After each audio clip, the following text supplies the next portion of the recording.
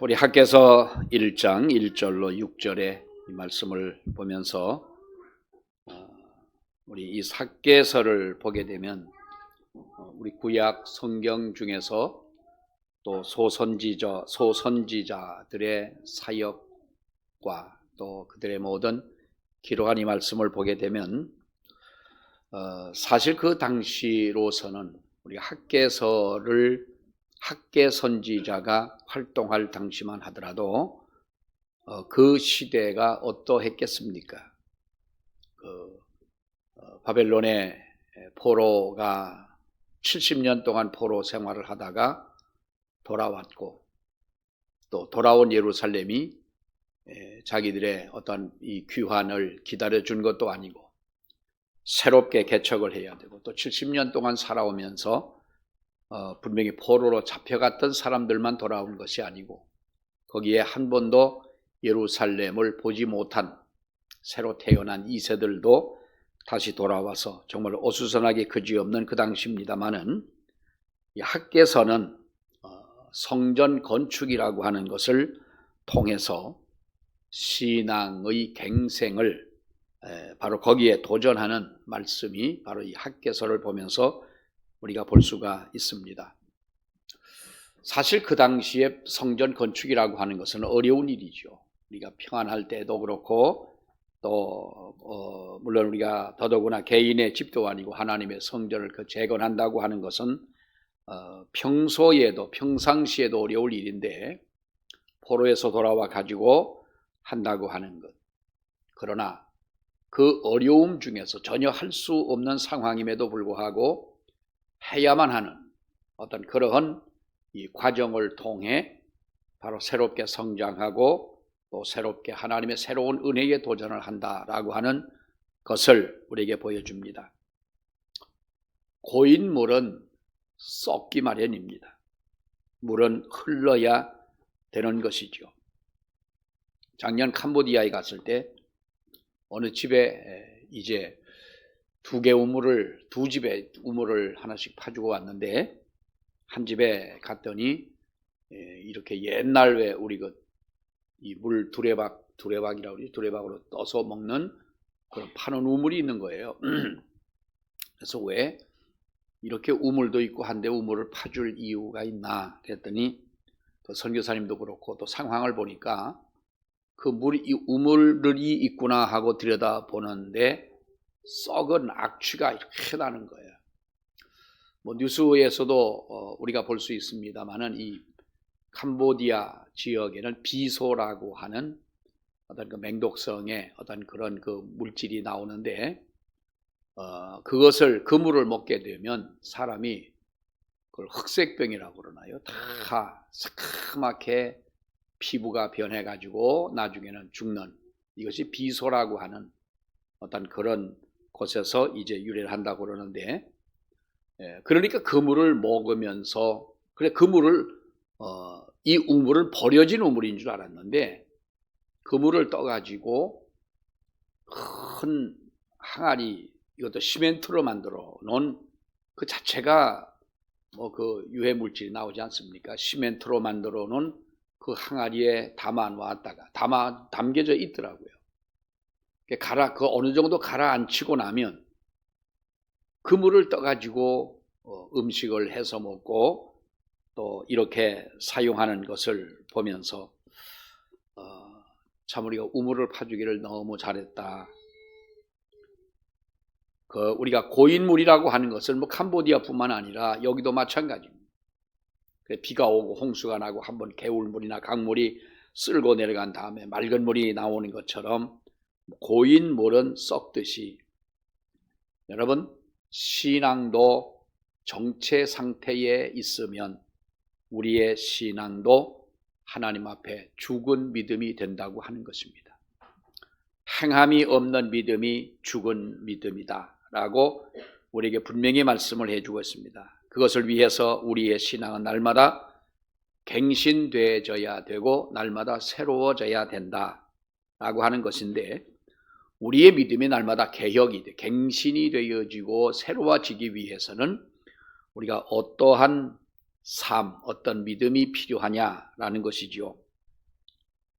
우리가 이 성경을 보면서 우리 믿음을 살펴보자라는 거예요. 우리 믿음을 살펴보자. 정말 내가 믿음이 있는 사람이냐라고 하는 겁니다. 내가 과연 하나님 앞에 믿음이 있는 사람이냐. 옛말에 일일 삼성이라는 말이 있죠. 일일 삼성. 무슨 말입니까?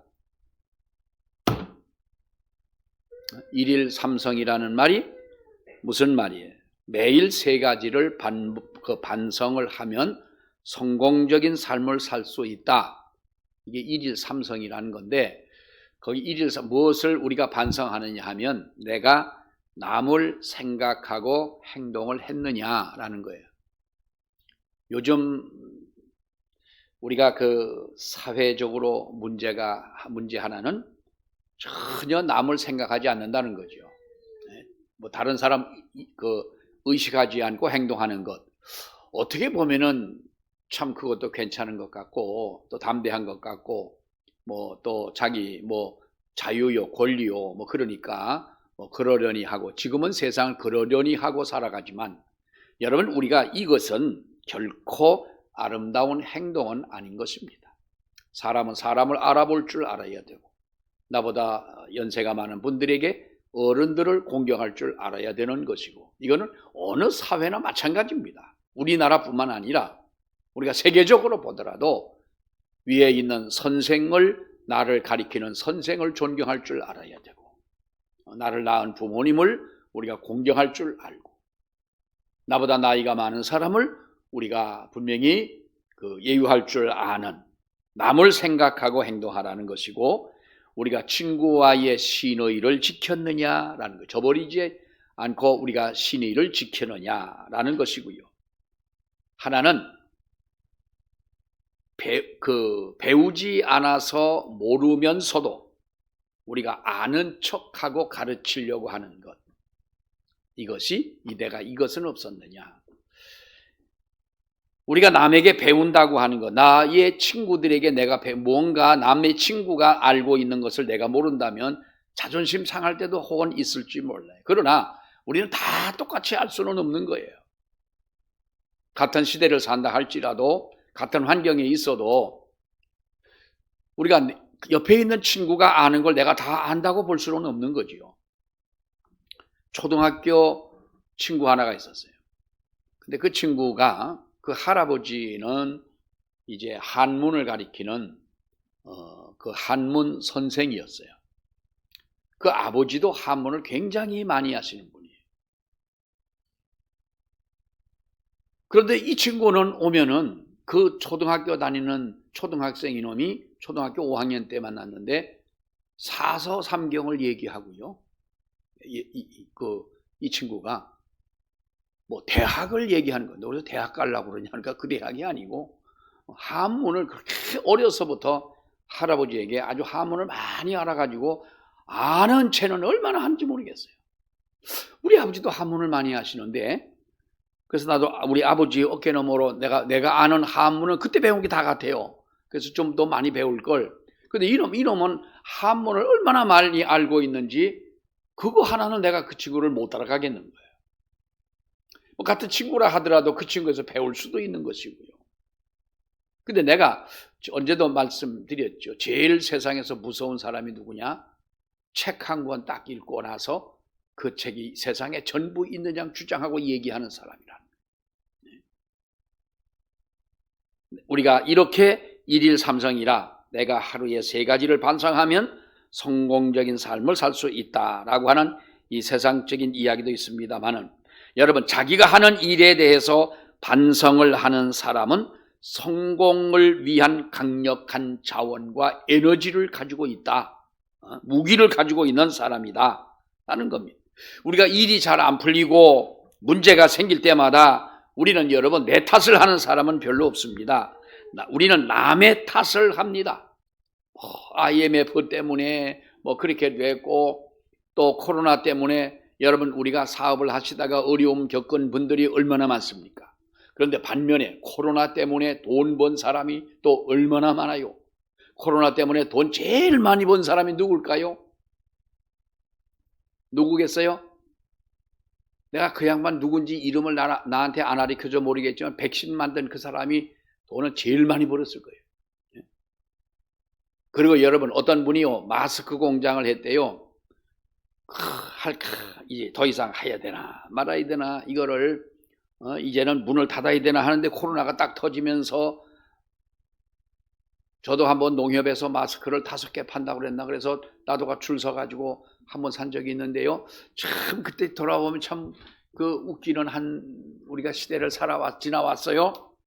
근데 그분이 그만둘까 문 닫을까 하다가 코로나가 터지면서 완전 대박이 났다는 거 아니에요. 누구는 어떤 좋지 않은 환경을 만나면서 더 좋지 않은 어떤 그 결과를 가져오고 있는가 하면, 어떤 사람에게는 좋지 않은 환경이, 나쁜 환경이 오히려 자기에게 더 득이 되는 이러한 경우도 있더라. 분명한 것은 우리가 남을 탓하는 것은 옳은 것이 아니다. 그래서 이런 말을 합니다. 남을 탓하는 말이 나오는 횟수만큼 나의 성장은 지체가 되고, 자신을 반성하는 횟수만큼 나는 그만큼 성장을 이룬다는 거예요. 자, 우리 한번 따라 하십시다. 남을 탓하는 말이,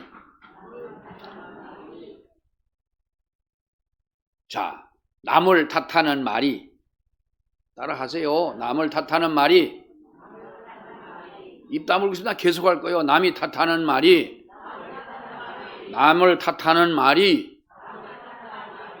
고집 되게 세시네.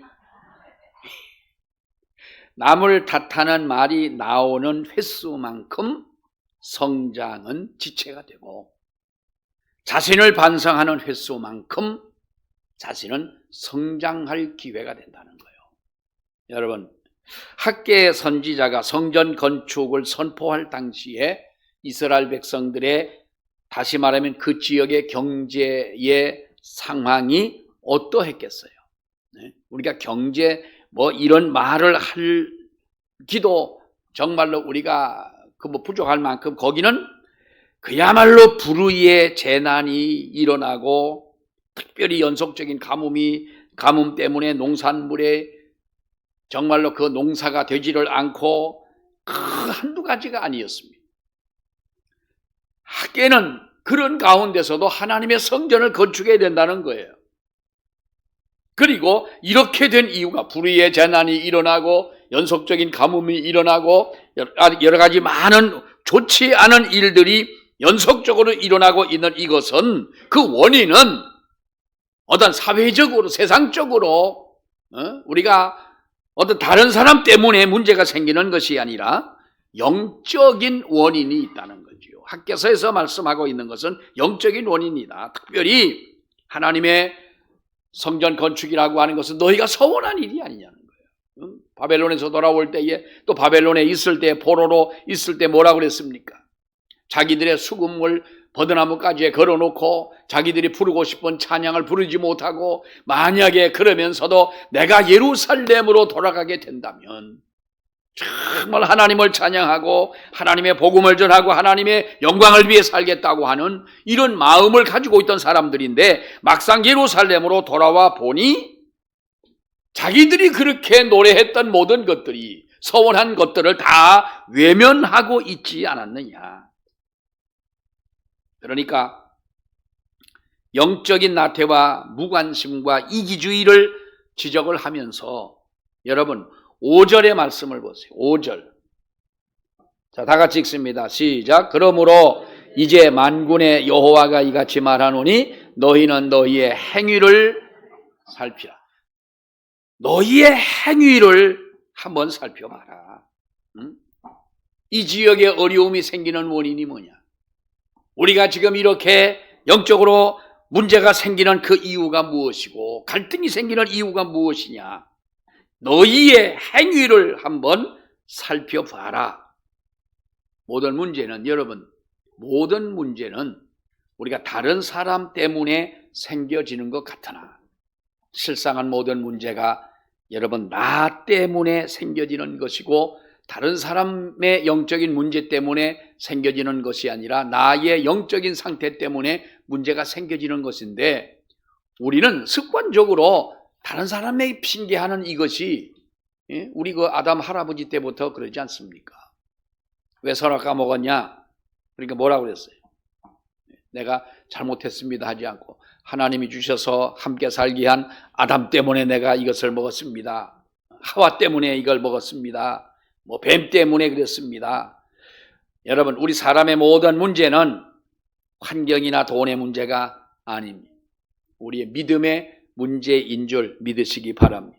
그러므로 우리는 기도하면서 항상 우리의 믿음을 살펴야 됩니다. 나의 믿음을 여러분 우리가 뒤돌아보고 나의 믿음을 살펴보아야 하고 정말 하나님 앞에 내가 바른 믿음을 가지고 있는가를 진정 우리가 살필 줄 아는 우리들이 되어야 되지요. 하나님은 나의 중심에 놓고 하나님의 영광을 위한 일을 내 삶의 우선순위에 두고 있느냐라고 하는 거예요. 나는 정말 하나님과 하나님의 교회를 사랑하느냐? 나는 정말로 하나님의 복음을 전하라고 한 전도와 그리고 선교에 정말로 나는 관심을 가지고 이 일을 위해 기도하는지, 하나님을 의뢰하는 나의 믿음에 여러분 흔들림은 없는지, 정말 내가 살아계신 하나님을 믿고 그 믿음으로 행동을 하는지를 여러분 살펴봐야죠. 교회만 다니는 것으로 여러분 우리가 만족해서는 안 되는 것입니다. 그래서 중요한 것은 무엇보다도 나의 믿음을 여러분 살피자는 것이에요. 또 하나는 하나의 목적인 것입니다. 이들이 바벨론에서 포로로 예루살렘으로 돌아왔을 때, 바벨론의 포로로 되어 있을 때 그들의 목표는 뚜렷했습니다. 무엇입니까? 뭐 예루살렘에 사나 바벨론에 올라가 사나 사는 건 마찬가지인데, 중요한 것은 만약에 하나님이 우리를 해방시켜 주신다면, 예루살렘으로 돌아가게 하신다면, 돌아갈 수만 있다면 나는 하나님을 위해 살겠다는 건 아니에요. 우리 교인들의 특징이 뭐냐 하면 참 재밌어요. 시끄러우면 잘 자고 조용하면 깬다. 시끄러움, 목사가 소리를 질러서 자는 거요. 근데 목사가 가만 조용하면 눈이 금방 떠져요. 참 난 알다가도 모르겠어. 왜 그런지 모르겠어. 여러분, 바벨론 포로 생활에서 예루살렘으로 이들이 왜 귀환을 했습니까? 잘 먹고 잘 살고 큰 집에 살고 잘 입고 이렇게 하기 위해 여러분 그들이 귀환한 건 아니잖아요. 옛날에 우리가 이민을 갈 때에는 이민 간 분들의 목표는 무엇이었어요? 뭐 자식들을 물론 넓은 세상에 가서 더 큰 세상을 가리키고 보여주기 위해서 이렇게 가신 분도 있지만은, 옛날에 우리가 얼마나 먹고 살기 힘들어 가지고 여러분 이민을 갑니까? 하와이로 이민을 갈 때에, 호주로 갈 때에 여러분 오세요. 저 인천에서 배를 타고 수십 일 동안 그 험한 파도를 부딪히며 이민을 갈 때, 목숨을 걸고 떠날 때 여러분 왜 갔겠어요? 먹고 살기 위해서. 그때는 그런 목적을 가지고 사는, 보다 더 잘 사는 삶을 살기 위해 여러분 떠났습니다마는, 살다 보니 돈도 돈만큼 벌어보고 우리가 과거에 먹지 못했던 거 실컷 먹어보고 좋은 옷 입어보고 넓은 세상 구경을 해도 이것이 내 인생의 진정한 나의 마음에 만족을 주는 건 아니라는 걸 나중엔 알게 되잖아요. 그러면서도 마음속 한구석에는 고향을 그리워하는 어떤 귀향의 본능이 정말로 마음속에 식지 않고 늘 언제라도 살아 꿈틀거리는 마음을 가지고 살지 않습니까? 여러분, 사람은요, 우리가 분명한 인생의 목적이 있지 않습니까? 우리가 믿는 믿음의 분명한 목적이 있잖아요. 그 목적은 보다 더 하나님을 잘 믿고 하나님과 깊은 관계를 맺으며 하나님을 정말로 내가 섬기며 하나님의 영광을 위해서 살겠다고 하는 것이 우리들의 목표 아닙니까? 이게 우리 목표 아닙니까? 아멘. 이 목표가 있으신 줄 압니다. 또 우리는 이 목표를 가지고 살아가는 저와 여러분인 줄 여러분 압니다. 근데 이 목적을 잃어버리고 당장에 눈에 보이는 우리가 물질을 따라 살고 돈을 따라 살고 이렇게 여러분 자기 살 길만 생각하니까 하나님께서는 학계 선지자를 통하여 뭐라고 말씀합니까? 5절에 있는 말씀 우리가 보았습니다만, 그러므로 이제 만군의 여호와가 이같이 말하는 너희는 너희의 행위를 살펴봐라. 너희의 행위를 살펴봐라. 우리는 이 서글픈 사실을 우리가 현실적으로 예수를 믿고 신앙생활하는 우리들의 삶과 관련시켜 생각해 본다면, 오늘날 많은 현대 교인들이 여러분 처음 믿을 때에 우리가 하나님 앞에 서원하고 처음 믿을 때에 하나님 앞에 누렸던 우리의 감격과 그 하나님 주시는 은혜를 우리가 지금 누리고 살아가느냐라고 하는 거죠. 많은 기독교 가정의 젊은 사람들이 어렸을 때에는 다 교회를 다닙니다. 엄마 따라 다니고 아빠 따라 다니고 부모님이 가자니까 가고 안 가면 안 되겠으니까 갑니다. 그러나 커서는 교회를 다 떠납니다. 제가 단월에 가니까 옛날에 단월 교회를 갔을 때 동국대학교를 다니는 어느 대학생, 대학교 1학년이 있는 거예요. 대학교 1학년인데 대학 1학년 중에서도 한 학기를 공부를 하고 여름방학에 어느 한 녀석이 왔어요. 교회를 왔어요. 와가지고 그래 어느 대학 다니냐, 동국대학교를 다닙니다. 근데 무슨 얘기를 하다 보니까 전도사님 저는 근데요 사람이나 소나 개나 뭐 닭이나 다 동등하게 보이는 것은 어쩔 수가 없다. 난 처음에 그 말이 뭔 말인가 했어. 나중에 보니까 동국대학교를 가가지고 아주 공부를 잘 배운 거예요. 그 불교에서 말하는 것처럼 개도 부처이고 그렇잖아요. 그들은 개도 사람이 선하게 살고 착하게 살고 살다가 다시 죽으면 뭘로 태어나요? 네? 뭘로 다시 태어나요? 자, 그들이 말하는 것은 동물로도 태어난다, 개로도 태어난다. 그러니까 개 잡아먹으면 자기 할아버지도 잡아먹을 수가 있는 거예요. 소고기, 우리가 옥구천에 가 소고기 시큰 먹다가 잘못하면요 이게 저 증조 할아버지도 모르는 거예요.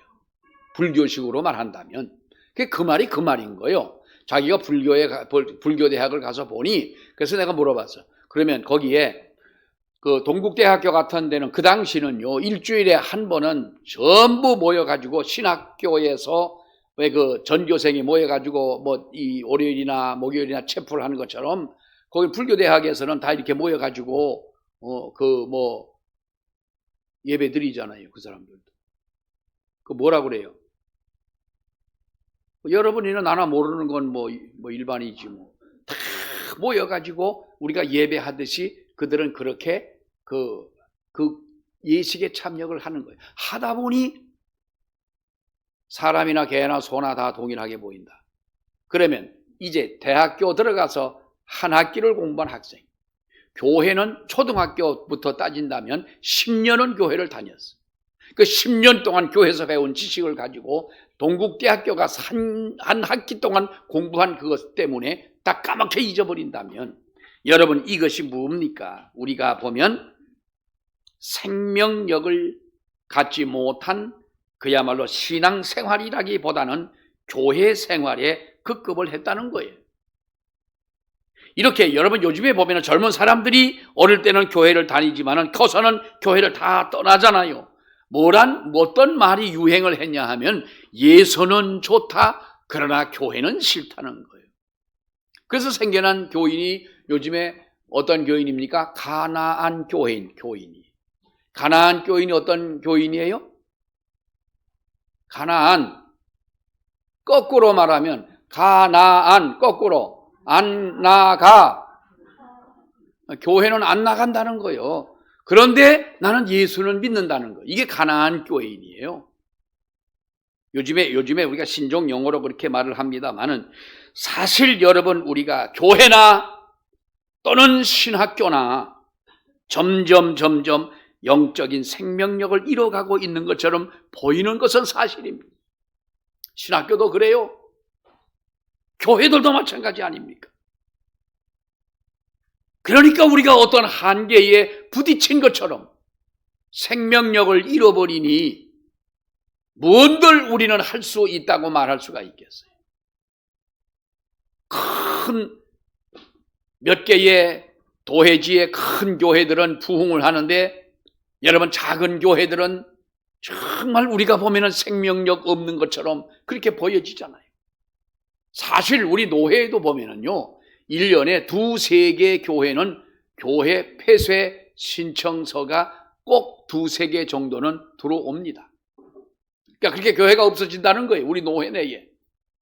새로 생기는 교회도 물론 가끔 있기는 하지만은 없어지는 교회가 있는데 어쩌면 우리는 서글픈 현실의 한가운데 서 있는 것이 분명합니다. 왜 그렇습니까? 우리의 진정한 목표를 상실하지 않은 현실을 생각할 때 우리에게 드러난 힘은 너무나 미약해 보이고 우리가 가지고 있는 능력은 없는 것처럼 그러나 세상은 엄청난 힘을 가지고 여러분 우리를 대항하는 것처럼 보이기 때문에 우리는 지레짐작으로 아무런 힘을 쓰지 못하고 넘어지는 자처럼 미약한 자처럼 보여진다는 거예요. 그러나 우리에게 작은 불꽃이 우리에게 있다면 작은 불꽃만 우리에게 있다면 이것이 엄청난 여러분 능력을 행하고 엄청난 힘이 되는 줄로 믿습니다. 하나님은 우리에게 큰 바위 같은 믿음을 말씀하지 않고요. 작은 겨자씨만한 믿음이라도 이것이 생명력이 있는 믿음이라면 이것으로 주님은 만족하고 성공할 수 있다는 거예요. 우리 교회 저 앞에 보면 컴프리가 있어요.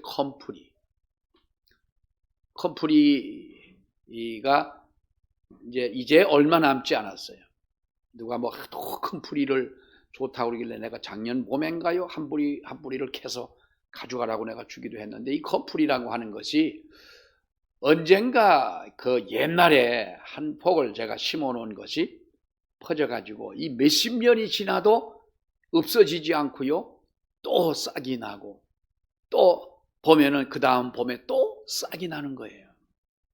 가끔 요 주변에 보면은 아마란스가 나지요. 이게 맨드라미처럼 생긴 거 사택 앞에도 있고 저 카페 앞에도 있고 나는 아마란스가 있어요. 아마란스 씨는요 너무 작아요. 그러니까 처음에 이게 뭐라고 저 횡성 이 농업기술센터 소장으로 있는 장로님이 요만큼을 줬어요. 제비 눈물만큼 조금 주는 걸 가지고 이게 정말 싹이 날까 그래요. 싹을 발화를 한번 시켜봤더니 아니 이거 조그만 데서 싹이 나는데 너무너무 신기한 거예요. 아, 주님은 이런 것이로구나.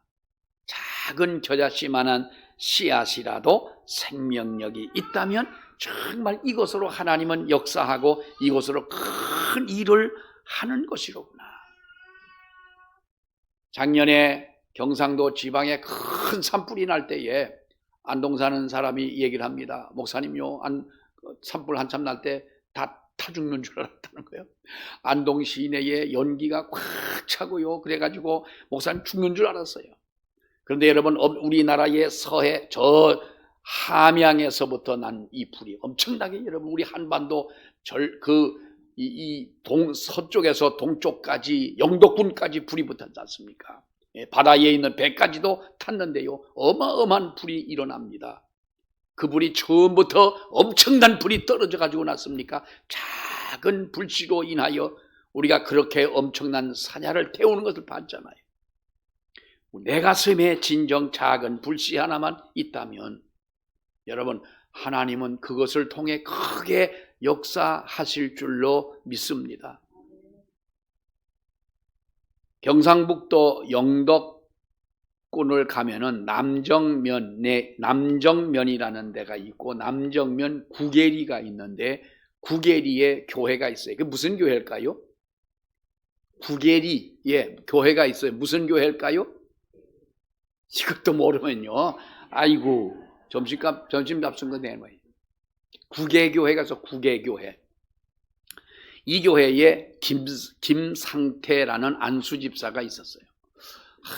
고기를 잡는데 큰 배를 가지고 고기를 잡는데 고기는 안 잡히고 그래서 속도 상하지만은 정말 그래가지고 어느 날 12월 성탄절이 다가올 때에 목사님을 찾아와 가지고 목사님한테 기도해서 한 20-30명 뭐 이런 조그만 바닷가의 교회인데 교회가 하도 오래되고 비도 새고 뭐 문짝도 떨어지고 리모델링을 해야 되는데 교인이 한 나이 많은 노인들만 한 20-30명 있다 보니까 아무런 힘이 없는 거예요. 그러니까 이 김상태 집사, 안수 집사가 목사님 기도 좀 해주세요. 그 양반도 뭐 젊은 사람은 아니고 고기를 많이 잡아야 되는데 목사님 그래야 교회 리모델링도 하고 할 텐데 목사님 기도 좀 해주십시오. 목사님이 기도를 했어요. 기도를 해주고 이제 집사님 고기를 많이 잡게 해달라고 기도를 해주고 이제 그 집사님이 배를 몰고 가서 바다에 정치망 그 그물을 이제 내려놨어요.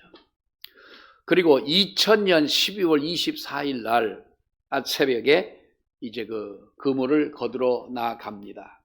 그런데 거기에 고기가 몇 마리가 잡혔느냐 하면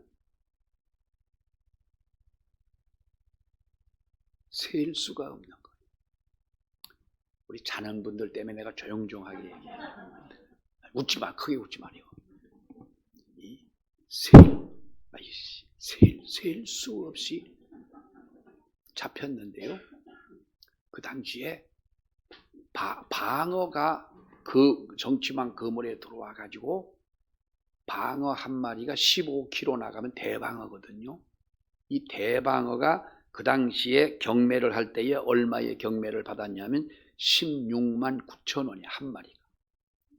16만 9천 원 하는 대방어가 얼마나 많이 잡혔냐 하면 그날 잡아온 방어의 총 액수가 4억이요. 뻥 같죠? 절대로 아니요.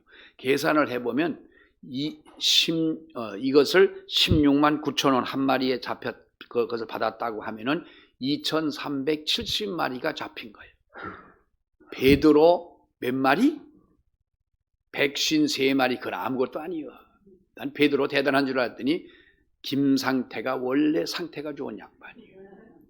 2370마리 정도가 되는 엄청난 방어를 잡아가지고 그날 잡은 것이 4억이고 며칠 뒤에 또 나갔더니 밍크 고래가 잡혀가지고 그것도 뭐 6천만 원인가 얼마를 받았어요.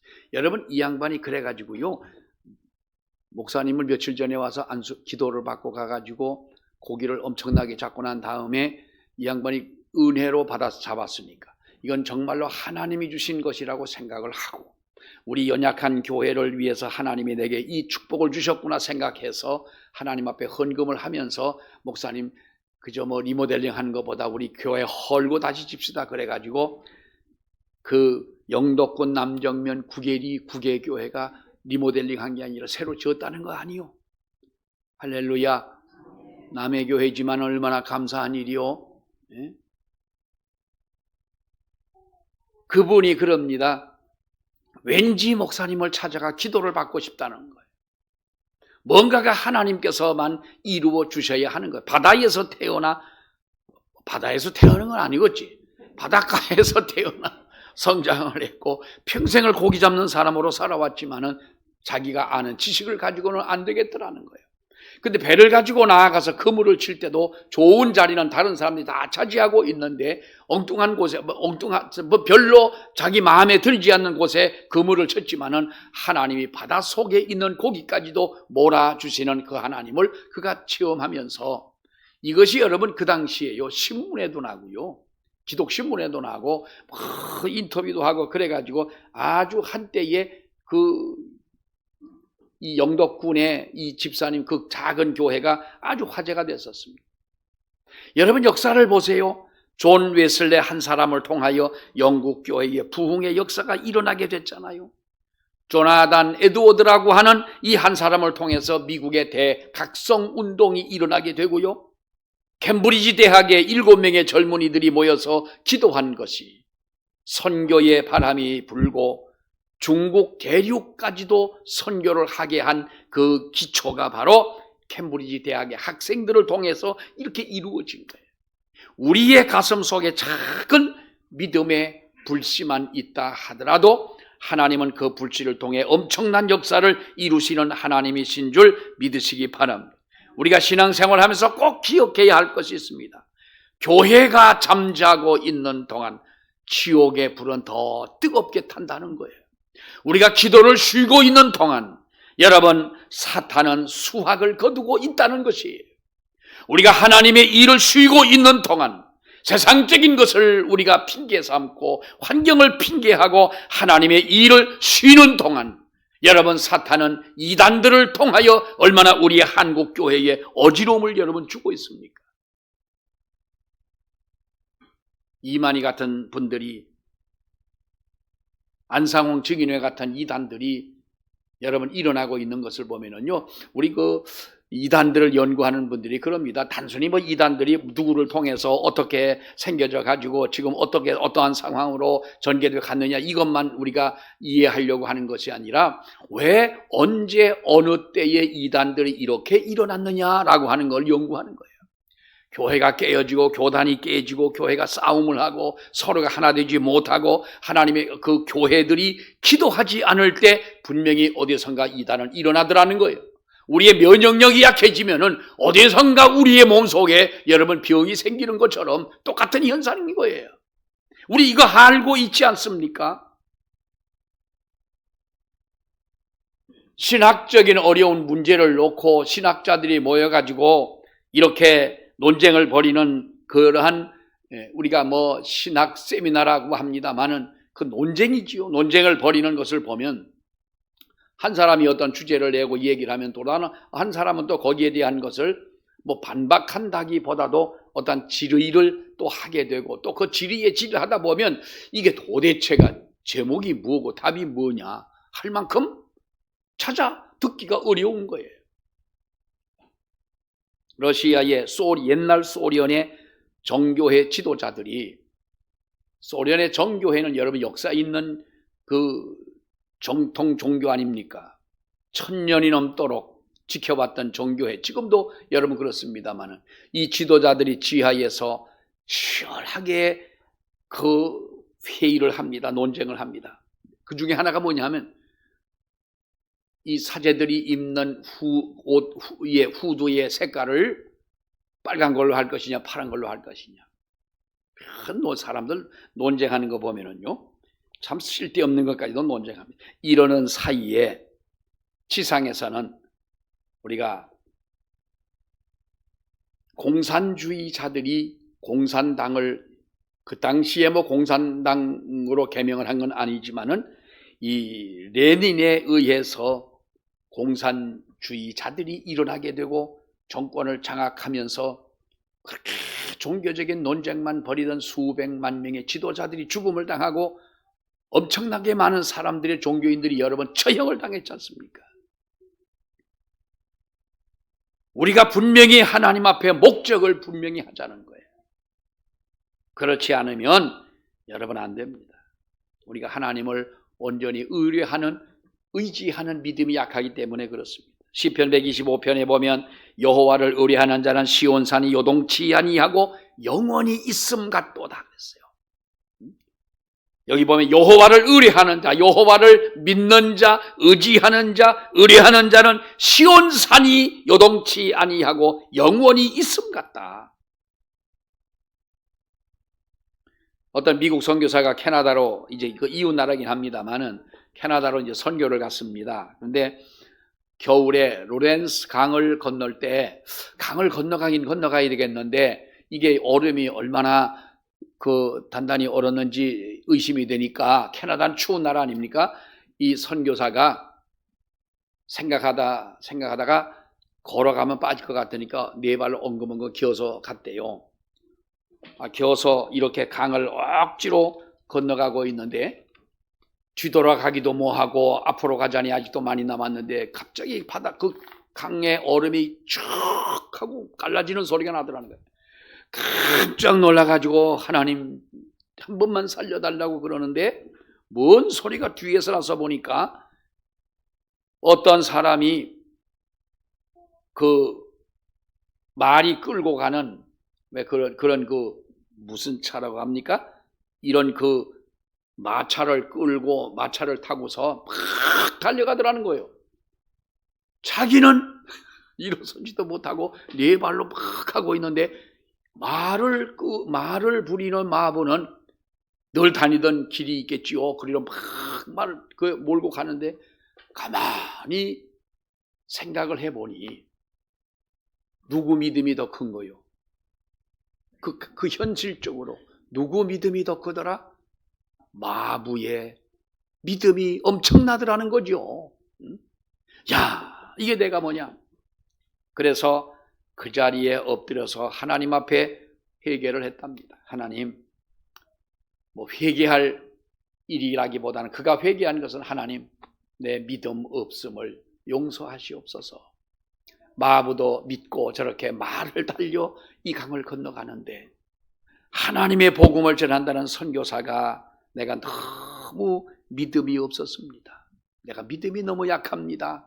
네 발로 기는 것은 왜 겼어요? 죽을까 봐 기는 거예요. 하나님 나를 용서해 주세요. 어쩌면 세상을 살아가면서 우리는 하나님을 믿지 않는 사람들보다 더 연약하게 살아가고 있는 줄도 모릅니다. 온전한 믿음은 그러한 믿음이 아닙니다. 어떤 환경을 탓하지도 않습니다. 하나님 앞에 하나님이 내게 주신 오늘 이 말씀을 우리가 보면서 정말로 하나님을 온전히 의뢰하고 분명한 목표를 가지고 나 자신을 늘 돌아보며 살아가는 우리들이 되어지기를 원합니다. 기도하겠습니다. 하나님 은혜를 감사합니다. 오늘도 아버지 앞에 나와 거룩한 주의를 지키며 영광 돌리게 하심을 감사합니다. 우리를 바벨론의 포로에서만 돌려보내 주신다면 예루살렘에 돌아가 마음을 다하고 정성을 다하고 힘을 다하고 인생 다하여 하나님의 영광을 위해 살겠다던 이스라엘 백성들이 막상 포로에 돌아와서 예루살렘에 와서는 언제 그랬느냐는 식으로 이렇게 하나님의 일을 멀리 하다가 하나님 앞에 책망을 받는 이 장면을 저희들이 보았습니다. 우리가 지금 하나님 앞에 그렇게 살아가고 있는 모습은 아닌지 우리 자신들을 날마다 뒤돌아보게 하옵시며 우리의 마음속에 가진 이 목표가 흔들리지 아니하고 더욱더 하나님만 의지하며 나아가는 우리의 믿음이 되게 하여 주시옵소서. 한 주간 동안도 우리 주님과 동행하며 승리하는 우리 모든 성도들 되게 하옵소서. 예수님의 이름으로 기도하옵나이다. 아멘.